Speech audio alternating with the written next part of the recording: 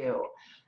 Whenever I go into a family's home and I do that initial assessment, I have never had a family not ask me, like, how did this happen? Unless they've already been in feeding therapy a little bit, maybe I'm the second or third therapist.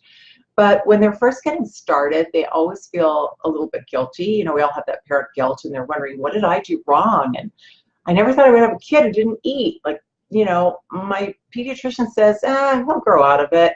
And here he is, 6 years old, and I'm finally seeking out help. So I do, you know, I call it the stacking model, and I have several videos about it on my YouTube channel. And the idea here is that if you think of 3 blocks stacked on top of each other, the first one is physiology, and that's going to include our sensory processing.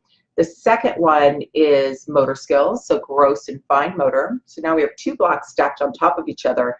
And the third one, kind of the roof on the building, is our learned behaviors. And what we're doing that may be influencing that child, and what that child's doing that works for them. Does he always cry when he has to get into the high chair? Will he only eat in front of the TV? Will he only eat if he can have the iPad at the table? And how we can start to shape those behaviors and turn them into something positive, where the family's sitting around the table and enjoying mealtime together. Well, a couple different things. Here's a few ways that you can learn more for free. Tune in here on Monday nights. Come with your questions.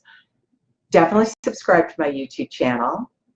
Make sure you go to my website, melaniepotock.com, and take a look at my blog. There's over 80 articles there for you. Some are from New York Times Well Health, and some are from Parents Magazine, and whoever I happen to write an article for, it's also posted on my website. So that's a good way to get information.